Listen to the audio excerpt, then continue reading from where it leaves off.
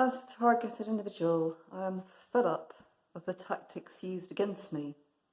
I'm also fed up of the tactics of certain police officers who take it upon themselves to harass, with the use of sirens and everything else, the blatant surveillance that's been going on for years. It is just a ridiculous situation. I think the point of this video, though, is to talk about what this organised crime gang do that are behind the organised stalking against myself. Especially when I'm outside, they use the very, very vulnerable, mainly in society, in an attempt to cause fear of what they might do. And it's very interesting because there's a lot of this going on. This is widely reported. I had no idea that this other that was just common to me, but apparently many TIs go through this, and it's documented in their manual. Yes, there's a manual. I went into the ladies' clothing section of Asda just to have a look, to get away from the monotony. And there in a wheelchair was a poor young chap who sadly was brain damaged. And with him were two people. They called themselves carers, but I wouldn't really call them that at all. You have to ask why he was seated in the ladies' clothing section for a start. I have no idea, because he was not compos mentis and had no idea. There's no reason for him to be there. But it was done to elicit fear, elicit a response from myself. This is what we might do to you.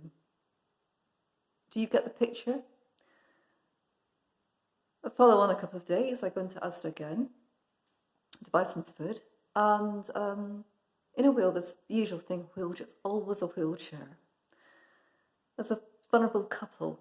And I think it was the son and his elderly mother. The elderly mother sat in a wheelchair minus a foot, which is what they've been threatening to do to me, is remove a limb, shall we say, putting it politely. And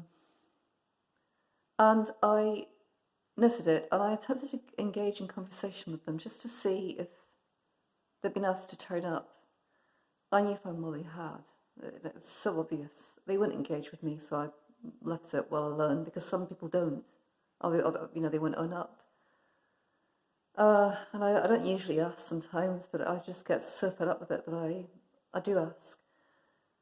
But it goes on from there, because there's a common theme to all of this. The other TIs reported, I will go out to a shop, saying to Greg to have a cup of coffee because I'm tired, worn out, sit down.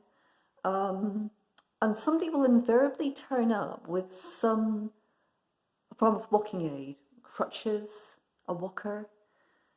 And this happens more often than not.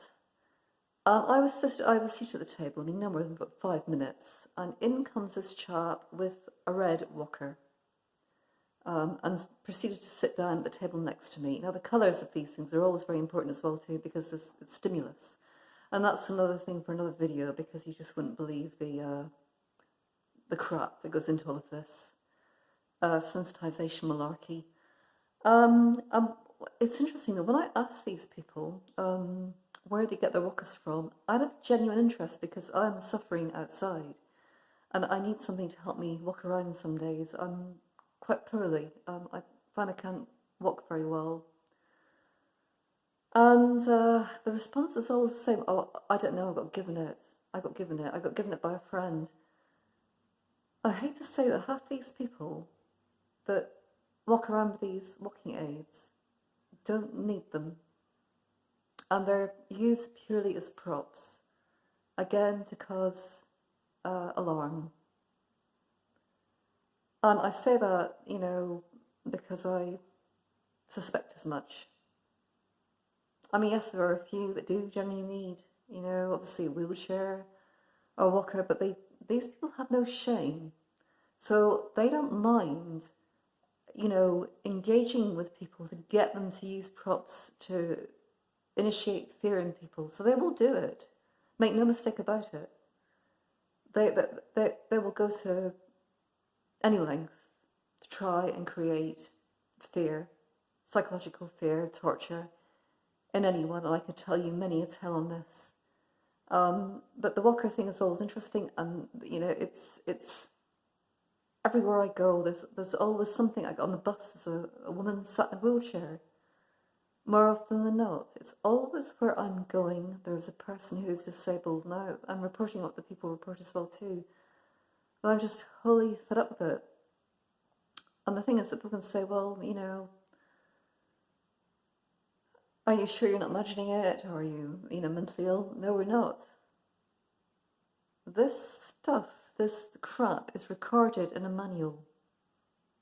Somebody has taken the time to compile a manual, and it was exposed by the late Dr. Rian Kild, who was tragically assassinated in Norway for exposing this. She was Chief Medical Officer for Finland.